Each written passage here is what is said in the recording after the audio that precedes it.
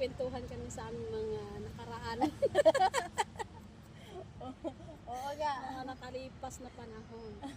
Gusto namin ibalik muli. Kahit paiikot pa ang mundo, hindi talaga babalik ang Nakaraan. nakaraang beauty, nakaraang ano to ba, story, love story. Basta ang nakaraan din na pwede talaga. Kaya ito.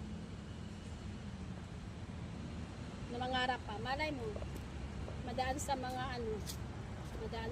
beauty Product. product.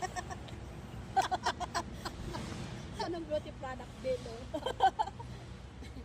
Takot ako dahil Magpabilo. kasi masakit pala yan. Hindi na ako nagpabilo dahil meron bilo product ng nini-deliver na ano ng anak ko sa bansa. Meron pa doon. Kaya sunscreen siya. Tama din mo.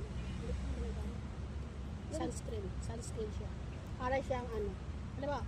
Punta ka sa ganitong panahon tapos mainit din. Yung patangos ng ilong, masakit pala yan. Mayroon. Yung nag-ano, yung Talagang, retoke. Ayoko na. Mas maganda ng okay na yung ganito.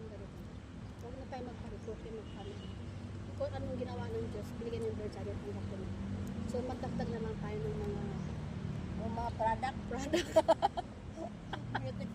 Beauty product para huwag natin ibahin yung binigyan ng Lord yung beauty product. Meron naman ito, at least nakakatulong sa ating mga mukha na. Maganda talaga collagen. Salad. Kaya wala, wala kong inantang, nanglalampit ako. Ako usul. May lotion, hindi ka nag-lotion. Ako ngayon lang ako nag-lotion, mga anak kasi, ngayon lang ako nag-lotion dahil, dati wala. Ano na rin, wala na.